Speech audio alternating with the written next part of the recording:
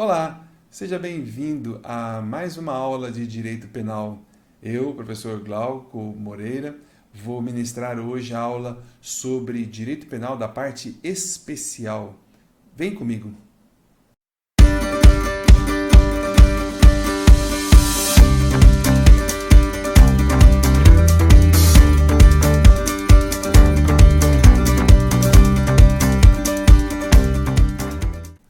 Nós vamos iniciar pelo crime do artigo 244, crime de abandono material. Vejamos o que diz o Código Penal. Deixar sem justa causa de prover a subsistência do cônjuge ou de filho menor de 18 anos ou inapto para o trabalho ou de ascendente inválido ou maior de 60 anos, não lhes proporcionando os recursos necessários ou faltando ao pagamento de pensão alimentícia judicialmente acordada, fixada ou majorada. Deixar sem justa causa de socorrer descendente ou ascendente gravemente enfermo. Vejam que o legislador ele se preocupa com proteger o bem jurídico família, em especial a assistência familiar, mas no tocante à assistência material, porque a própria Constituição Federal estabelece lá no artigo 229 que os pais têm o dever de assistir e criar os filhos. Mas vamos pensar aqui principalmente em assistir. Portanto, a lei penal ela tem esse objetivo de proteger como bem jurídico, de tutelar o organismo familiar, a família em si, mas também o amparo e a assistência material que os familiares devem dar uns aos outros, em especial os pais, mas também nós vamos ver que os descendentes em relação aos ascendentes, conforme dispõe o próprio artigo do Código Penal. Quais são as condutas, então, que estão discriminadas ali no artigo 244?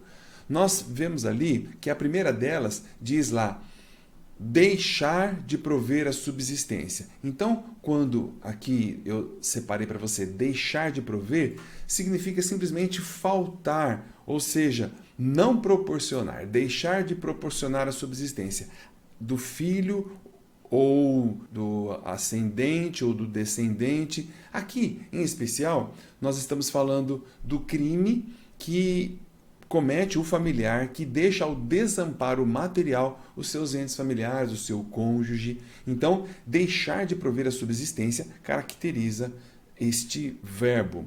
Mas, quando diz ali, deixar de prover a subsistência do filho menor de 18, né, ou do ascendente inválido, depois nós vamos ver sobre isso. Mas de que forma? Então, o Código Penal já diz, não lhes proporcionando os recursos necessários. Ou seja, aqui a lei penal ela diz qual é a forma que a gente pratica o crime. Deixar de prover a subsistência, não lhes proporcionando os recursos necessários à sua vida digna. Mas quais são esses recursos necessários?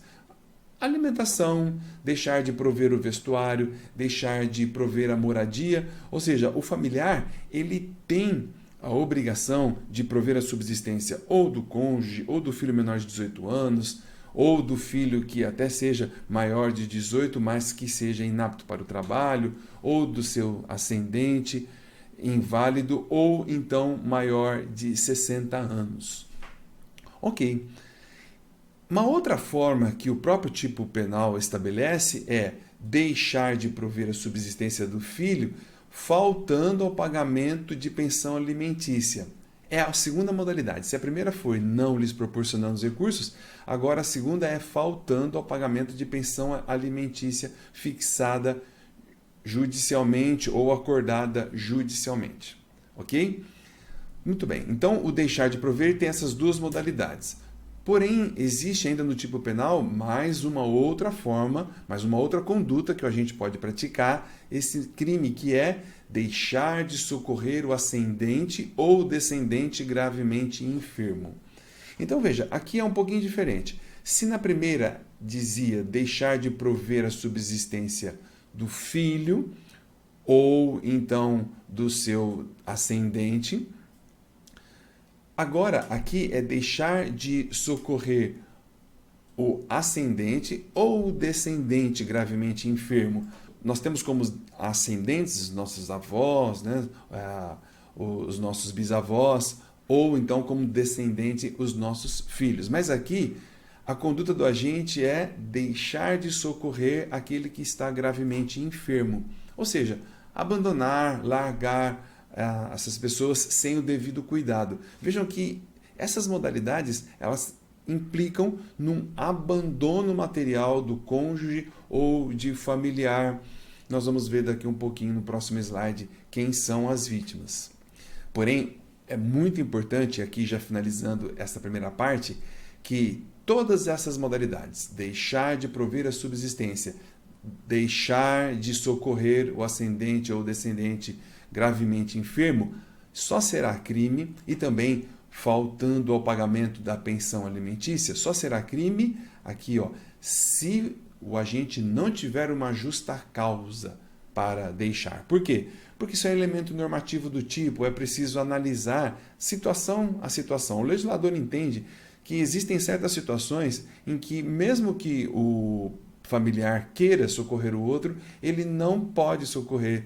Vamos imaginar alguém que esteja doente, alguém que um pai, por exemplo, que foi acometido de uma doença muito severa e que está na UTI e está há 2 meses na UTI. Como ele vai prover a subsistência dos seus filhos nessa condição que ele se encontra? Então, sem justa causa, é esse elemento normativo que precisa estar presente em qualquer das modalidades, qualquer das 3 modalidades: deixar de prover a subsistência não lhe proporcionando os recursos ou faltando ao pagamento, e também deixar de socorrer o ascendente ou descendente que esteja gravemente enfermo. Vamos adiante. Veja que esse tipo penal, ele é chamado de um tipo penal misto, que pode tanto ser cumulativo quanto alternativo. Como assim? O que nós estamos dizendo? Acompanhe aqui comigo.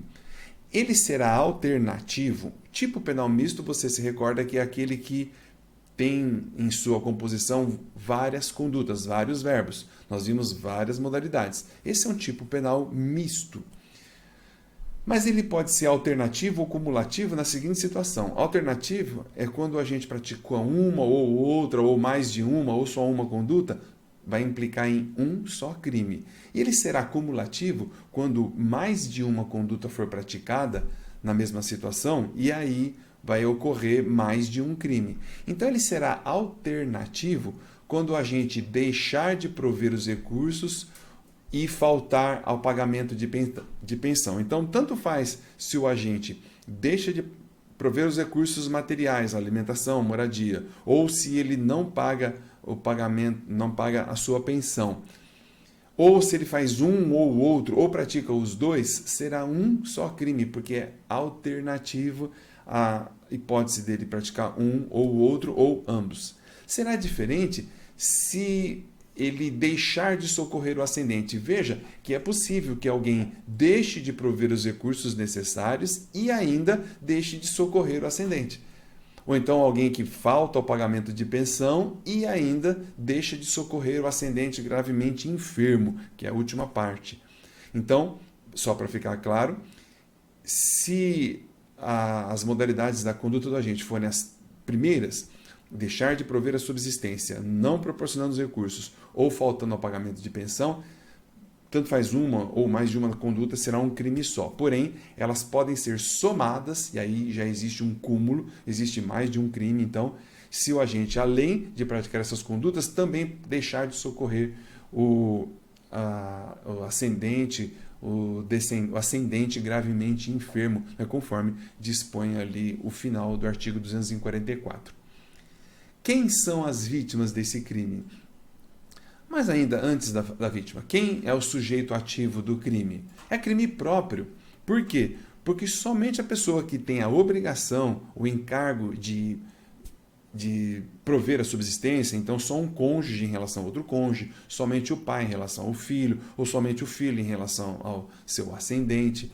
Então tem que haver essa ligação, essa qualidade especial do agente. Por isso que a gente chama de crime próprio a condição do agente, que permite, sem nenhum problema, a hipótese de coautoria ou de participação. Tá? Alguém pode vir a colaborar com a prática desse crime sem nenhum problema. E quem é a vítima? A vítima também é própria, por isso que Kleber Masson chama esse tipo de crime bipróprio, porque, veja, um cônjuge em relação ao outro cônjuge. Se só um cônjuge, nessa modalidade, pode praticar um crime, tem que ser em relação ao outro cônjuge. Portanto, nessas hipóteses, nós temos aí o chamado crime bipróprio. Quem é a outra vítima? Além do cônjuge, os pais. Mas aqui, veja só, vamos tentar esclarecer um pouco melhor. Eu fiz da seguinte forma, eu coloquei sujeito ativo e sujeito passivo, todos eles, acompanhem comigo, que todos do tipo penal, aqueles que estão descritos no tipo, estão aqui. Por quê? Porque todos eles podem ser sujeito ativo e pode ser sujeito passivo. Então, por isso que eu coloquei todos juntos. Vamos pegar a primeira hipótese. Um cônjuge pode ser sujeito ativo em relação ao outro cônjuge, que é o sujeito passivo. Vamos pensar nos pais. Os pais, eles serão sujeito ativo em relação aos filhos menores de 18 ou inapto para o trabalho, desde que essa inaptidão seja de forma absoluta. Mas veja, se aqui são os descendentes, né, em relação aos filhos menores de 18 anos ou inapto para o trabalho, também poderá ser sujeito ativo os descendentes em relação ao ascendente inválido ou maior de 60 anos. Então, os filhos podem ser sujeito ativo em relação aos seus avós, mas ele também pode ser, os descendentes podem ser sujeito passivo dos pais que têm obrigação para com seus filhos. Os ascendentes, né, que são os bisavós ou os avós, eles poderão ser sujeito ativo em relação ao descendente gravemente enfermo, assim como os descendentes podem também ser sujeito ativo em relação às vítimas, seus ascendentes. Tá? Aqui, quando eu falo os descendentes, ser avós ou bisavós, em relação ao descendente gravemente enfermo, exceto os pais. Por quê? Porque os pais já estão mencionados aqui em cima. Tá? Então, os ascendentes são os avós e os bisavós. Todas essas modalidades admitem concurso de pessoas e coautoria. Ok? Muito bem, vamos adiante. Esse tipo penal, ele é um tipo que nós chamaríamos de tipo doloso. Qual é o dolo do agente? Dolo aqui é aquela consciência livre do agente que age dolosamente com o objetivo de deixar de guarnecer ou desguarnecer materialmente a pessoa da sua família, né? Qualquer um daqueles que nós mencionamos no slide anterior, seja o ascendente, seja o descendente, ok?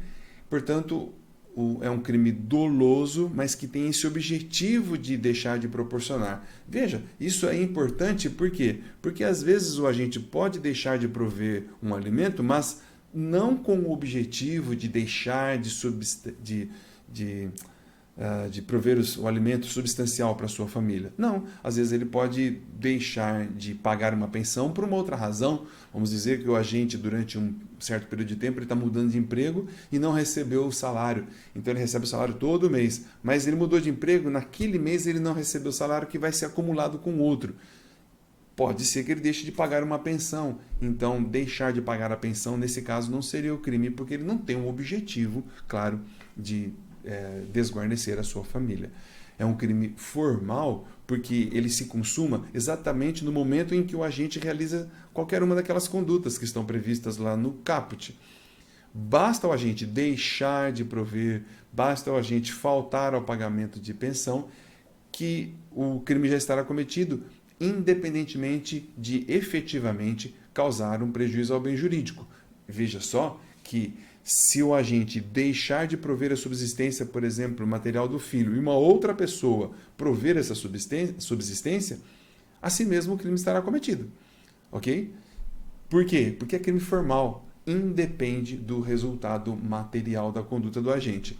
Nessa situação, nós já vamos dizer que não cabe tentativa. Por quê? Porque todas essas modalidades que eu mencionei agora são crime omissivo, e o chamado crime omissivo próprio ou puro, que é aquele em que o tipo penal descreve a conduta negativa, o deixar de fazer, faltar. São os verbos que nós vimos lá no caput do 244. Deixar de prover a subsistência, faltar ao pagamento de pensão e deixar de socorrer. São todas modalidades negativas, deixar de fazer. Ou a gente deixa de fazer, deixa de cumprir a sua obrigação e já cometeu o crime, ou ele acaba, de alguma maneira, providenciando e fazendo o que ele tinha que fazer e não há o crime. Então, é impossível alguém tentar deixar de prover a subsistência. Não tem como. Agora, para encerrar este crime, figura equiparada. O parágrafo único, ele traz para a gente algumas hipóteses em que há um emprego de fraude do agente, em que ele deixa de pagar a pensão alimentícia por alguns mecanismos que a gente vai ver agora. Leia comigo, artigo 244, parágrafo único diz: nas mesmas penas incide quem, sendo solvente, frustra ou elide de qualquer modo, inclusive por abandono injustificado de emprego ou função, o pagamento de pensão alimentícia judicialmente acordada, fixada ou majorada. Então aqui, basicamente, e é muito simples, é a hipótese de, naquela situação que vimos no artigo 244, que faltar ao pagamento de pensão, ou seja, deixar de pagar, caracteriza o crime, aqui o legislador ele procurou equiparar essa conduta do agente que, sendo solvente, então veja, né, eu sublinho aqui para você, sendo solvente, o agente frustra ou elide o pagamento. Aqui só atenção, a palavra correta é elide. No tipo penal lá está escrito ilide com i, mas foi uma grafia errada do legislador. É elidir, né? Ou seja, impedir, bloquear, não pagar, não cumprir, ok? Elidir o pagamento de pensão alimentícia. Sendo solvente, ou seja, tendo condições de pagar, o agente deixa de pagar, mas de que forma? Veja lá, está escrito no próprio parágrafo único. Inclusive por abandono injustificado de emprego ou função. Qual é a situação aqui? É aquela que você já conhece, em que o agente ele abandona o emprego, ele pede para ir embora para que ele não tenha salário, e não tendo salário ele não tem obrigação de pagar a pensão. Tem gente que é capaz de fazer isso, gente, tá? Então, ele tem um emprego e foi obrigado a pagar a pensão. Aí ele fala, então também não quero emprego. E ele abandona o emprego com esse objetivo de deixar de pagar a pensão. Nesse caso, nós temos aí, então, a figura do parágrafo único, que é uma figura equiparada. E, finalmente, ação penal pública incondicionada, tendo em vista o bem jurídico protegido. Agora, nós vamos estudar o artigo 245 do Código Penal, que diz: entregar filho menor de 18 anos à pessoa em cuja companhia saiba ou deva saber que o menor fica moral ou materialmente em perigo. Ok, vamos adiante. Esse crime previsto no artigo 245, ele prevê a modalidade do agente que entrega um filho menor de 18 anos, e aqui a vítima é só menor de 18 anos mesmo, para pessoas que vão colocar em perigo, tanto moral quanto materialmente, o seu filho. Ou seja, é uma entrega de um filho a pessoas que não são idôneas para cuidar dos filhos, ou pelo menos daquele filho menor de 18 anos. Portanto, o legislador, ao estabelecer esse crime, ele continua pensando na proteção da assistência familiar e principalmente no dever e o cuidado dos pais em relação aos filhos menores de zelar pela segurança, tanto moral quanto material desses filhos. Então, qual é a conduta do agente? Aqui é mais simples, porque aqui o tipo penal diz entregar filho, que é o filho menor de 18 anos. O que é esse entregar? Aqui não tem um sentido de uma entrega definitiva. Aqui é mesmo deixar sob os cuidados, ainda que seja momentaneamente. Isto é, ainda que a pessoa deixe, vamos imaginar, um pai ou uma mãe que querendo sair para curtir as noites, ele entrega um filho num lugar onde ocorre, por exemplo, prostituição, onde ocorre tráfico de drogas. Ao entregar o filho para prostitutas ou traficantes, o filho estará incorrendo em perigo. Então, diz lá o tipo penal, entregar filho menor de 18 anos para quem? A pessoa que o agente saiba ou deva saber ser inidônea, tanto moralmente quanto materialmente, colocando em a vida dos filhos. Então, são pessoas que, eu coloquei apenas alguns exemplos aqui, prostituição ou drogas, são pessoas cuja conduta, a maneira de se proceder, ela pode colocar em risco moral ou materialmente o filho. Quem é que pode praticar esse crime? Porque se o tipo penal diz entregar o filho, é um crime próprio, só pode ser praticado pelos próprios pais. E contra quem? Contra o próprio filho menor de 18 anos, porque o legislador só falou aqui entregar filho menor de 18 anos. Ele não incluiu outras vítimas, tal como nós vimos agora há pouco no artigo 244. Esse é um crime doloso que permite aqui dois tipos de dolo. Veja que o agente, quando ele sabe que em razão da situação das pessoas que ele está deixando os filhos sob cuidado, o filho está moralmente ou materialmente em perigo, então, tanto faz se ele sabe, então é o dolo direto, como lá no próprio tipo penal, diz lá, saiba ou deva saber. Então, o deva saber é a modalidade de dolo eventual. A gente não sabe, mas devia saber, devia se presumir, ele acaba assumindo o risco. Então, aqui o tipo penal, ele prevê os dois tipos de dolo, sabe ou deva saber. E é um crime que se consuma com a efetiva exposição do bem jurídico, que é a proteção familiar, ao perigo, ou seja o perigo em razão da falta de condição moral ou de condição material ao que o filho foi exposto. Por isso que eu anotei que é crime material. Lembre-se que crime material é aquele que precisa efetivamente atingir o bem jurídico, ou seja, o filho, na situação de perigo, ele efetivamente foi exposto ao perigo. Então, precisa demonstrar esse perigo. É um crime de perigo concreto, né? Eu anotei aqui embaixo, consuma-se com a entrega que coloca em perigo concreto o filho, ou seja, tem que ficar demonstrado efetivamente. Precisa que o filho tenha sido colocado em perigo. Por isso que a gente diz que é crime material. Exige o resultado. Cuidado, já chama sua atenção. Cuidado. Qual é o resultado aqui? Esse crime é um crime que coloca em perigo os filhos. Não precisa efetivamente que o filho tenha sido atingido fisicamente, tenha se machucado ou sido vítima de um ataque. Não, não precisa. Essas condutas de entregar o filho à pessoa, essa conduta, entregar o filho à pessoa inidônea, ela coloca em perigo. E esta conduta já ofende o bem jurídico, que no caso é protegido a título de perigo e não de dano. Não precisa efetivamente trazer um dano material à vítima, tá? É crime material porque precisa efetivamente que seja colocado em perigo a vida do filho, a vida, a saúde, a integridade moral, ok? Avançando então para o próximo. É um crime que cabe tentativa? Sim, cabe tentativa porque é crime plurissubsistente. Ou seja, entregar o filho à pessoa inidônea pode ser praticado de várias formas, né? A conduta pode ser partilhada em diversas etapas. Alguém pode ter planejado, pode ter mandado mensagem, pode ter combinado, e aí no dia ele vai levar, e aí ele acaba não conseguindo entregar porque alguém percebeu, acabou interrompendo. Então, sempre será possível a tentativa em crime plurissubsistente. É um crime que se processa mediante ação pública, ok?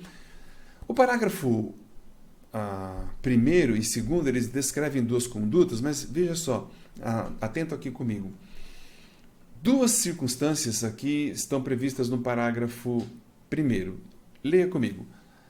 A primeira parte diz assim: a pena é de 1 a 4 anos de reclusão se o agente pratica o delito para obter lucro. é a forma qualificada com a pena de 1 a 4 anos, quando a gente tem o fim de lucro, o fim especial de agir, que é aquele chamado elemento subjetivo especial do tipo. Não basta o dolo, não basta a consciência, mas a vontade do agente de praticar o crime. Ele precisa agir com esse elemento a mais, esse fim especial a mais, que é o fim de lucro, previsto no artigo 1º, a primeira parte.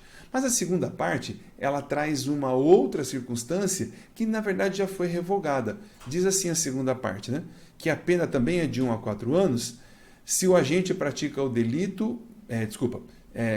se o menor é enviado para o exterior. Ou seja, o filho é entregue à pessoa inidônea e ainda assim o menor é enviado para o exterior. Mas essa conduta do agente de entregar alguém, o seu filho, para ser entregue, levado ao país estrangeiro, isso é um crime próprio agora, previsto no artigo 239 do Estatuto da Criança e do Adolescente. Portanto, essa segunda parte foi revogada tacitamente. Não é expressamente porque está ainda na legislação, mas ela não tem aplicação porque uma lei posterior veio revogar esse artigo. O 239 do ECA diz assim: promover ou auxiliar a efetivação de ato destinado ao envio de criança ou adolescente para o exterior com inobservância das formalidades legais ou com o fim de lucro. Veja que aqui no tipo penal, especialmente é o pai que entrega o filho nessa condição. Mas o filho, mesmo que seja o pai, ele vai responder pelo 239. É que o 239 do ECA, ele inclui como sujeito ativo não somente os pais, né, tal como o 245, mas ele inclui outras pessoas que vão promover ou auxiliar a entrega de criança ou adolescente para ser levado para o exterior, né? Tudo bem? Mas isso não afasta os pais. Os pais podem ser sujeito ativo sim. Então, essa segunda parte do artigo 245, parágrafo 1º, foi revogada tacitamente. O parágrafo 2º prevê uma forma equiparada desse crime. Ele procura incluir aqui a figura daquele que participa, aquele que colabora com a prática do crime. Diz assim, parágrafo 2º: incorre também na pena do parágrafo anterior quem, embora excluído o perigo moral ou material, auxilia a efetivação de ato destinado ao envio de menor para o exterior com o fito de lucro. Aqui o legislador, no parágrafo 2º, ele está estabelecendo esta figura de alguém que auxilia, ou seja, é uma forma de concurso de pessoas, alguém que auxilia a efetivar a entrega de criança ou adolescente para o exterior, tendo o objetivo de lucro. Porém, essa parte do parágrafo 2º, essa descrição, também está tacitamente revogada pelo artigo 239, porque lá já fala da conduta, né, conforme dissemos agora há pouco, tanto na forma de autoria quanto na forma de participação. Então, simplesmente auxiliar também vai implicar no próprio artigo 239, na forma de participação. Tá? Por isso que eu anotei aqui, prevê forma de participação no artigo 239, naturalmente deixa de aplicar o parágrafo 2º do 245 e aplica o 239 do ECA. Por isso que eu mencionei aqui que há um confronto possível, né, para aquele que está interpretando esse fato entre o artigo 238 e o 239 do ECA e o artigo 245, mas prevalece a legislação mais recente, que é a legislação do Estatuto da Criança e do Adolescente, ok? Agora nós vamos falar do artigo 246, que trata do crime de abandono intelectual. Diz assim o artigo 246: deixar sem justa causa de prover a instrução primária de filho em idade escolar. Esse crime do artigo 246, ele procura tutelar esse bem jurídico bem especial, que é o direito à instrução primária dos filhos em idade escolar. Porque o tipo penal diz deixar sem justa causa de prover a instrução primária. Nada mais é aqui do que os pais que têm obrigação de promover a educação dos filhos, deve matricular os filhos na escola, deixar de providenciar a instrução dos filhos é crime previsto no artigo 246. A conduta do agente, então, também é uma conduta de omissão, que é deixar de fazer, deixar de prover, ou seja, deixar de providenciar a instrução do filho, deixar de matricular, portanto, é um crime omissivo próprio, né? Uma vez que a conduta negativa do agente está previsto ali no tipo penal. Veja que o direito à educação é um direito fundamental. Ele é necessário que os pais estejam providenciando a instrução do filho. Portanto, deixar de prover, ou seja, deixar de providenciar a inscrição do filho, né, na escola devidamente, sem justa causa. Veja que nós temos aquele chamado elemento normativo do tipo que requer que só será crime se o agente praticar essa conduta sem justa causa. Algo que talvez seja interessante a gente mencionar aqui é, dentro dos elementos do tipo, o que é a chamada instrução primária. Veja, nós estamos analisando os elementos objetivos do tipo penal. E ali diz deixar, sem justa causa, de prover o quê? A instrução primária de filho. O que é a instrução primária? O que se entende por instrução primária do filho em idade escolar? Há duas posições na doutrina que divergem em relação a qual a idade adequada para se entender a instrução primária.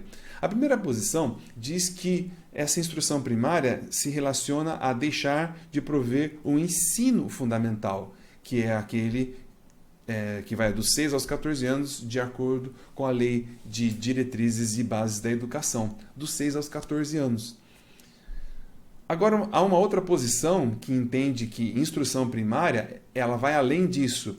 Ela vai dos 4 aos 17 anos, porque o próprio artigo 208, inciso 1º da Constituição Federal, fala da instrução dos 4 aos 17 anos. Então, há quem defenda que instrução primária significa dos 4 aos 17. A tendência tem sido pela primeira posição, né? A primeira posição ela é mais aceita por quê? Porque fala em instrução primária, então pensa-se mais na questão mesmo da idade de 6 aos 14 anos.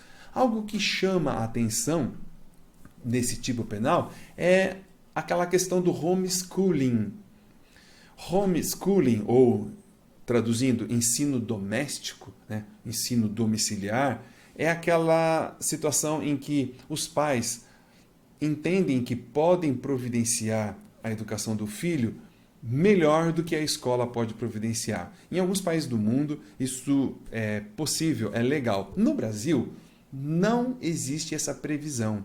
A nossa legislação diz que a instrução deve ser a Lei de Diretrizes, né, e Base da Educação diz que deve ser na escola. Tanto faz se é escola pública ou se é escola particular. No Brasil, não permite essa flexibilização do ensino. Daí surgirem duas posições no problema do homeschooling. É crime? Ok, a primeira posição entende que praticar o homeschooling, que é o ensino em casa, é um fato atípico. Ele não caracteriza crime. Por quê? Porque se o artigo 229 da Constituição diz que os pais têm o dever de assistir, criar e educar os filhos menores, veja, o próprio 229 diz que é dever dos pais educar. Para essa posição, educar inclui o ensino cultural, tal como se aprende nas escolas. Então, para a primeira posição, seria fato atípico. A segunda posição, porém, é a que tem sido adotada pelo Supremo Tribunal Federal, que diz que é crime sim.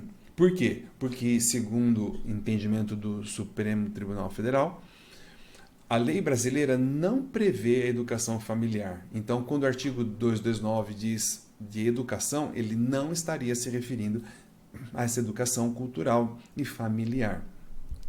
A respeito desse assunto, existem projetos de lei tramitando no Congresso Nacional. Inclusive agora, de maneira bem recente, em 10 de junho, a Comissão de Constituição e Justiça da Câmara dos Deputados aprovou o projeto que permite a educação familiar, ou seja, permite o homeschooling, que é o projeto, né, eu anotei para vocês aqui, o 3262 de 2019. Se você puder depois olhar esse link no YouTube, né, você pode entrar e copiar ele e digitar lá, você vai achar esse vídeo lá do dia da votação na Comissão de Constituição e Justiça. Eles explicam bastante sobre o que é o homeschooling, é bem interessante, eu sugiro que você leia, tá? Mas voltando aqui para a gente poder encerrar então, é um crime que só pode ser praticado pelos pais em relação aos filhos, por isso que o sujeito ativo tem que ser o pai, crime próprio, e o sujeito passivo só pode ser o filho em idade escolar, por isso que, né, Masson diria até que é um crime bipróprio, tá? Tem que ser o pai em relação, pai e mãe naturalmente, né, pais em relação aos filhos, tá? É um crime doloso, por quê? É um crime que exige esse dolo direto, diz lá, deixar sem justa causa de prover a instrução primária do filho em idade escolar.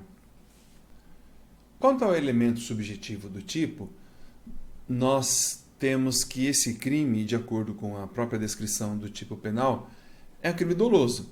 Diz lá, deixar de prover instrução primária de filho em idade escolar. Crime doloso. Não exige nenhuma condição especial, nenhuma finalidade especial, nenhum elemento subjetivo especial.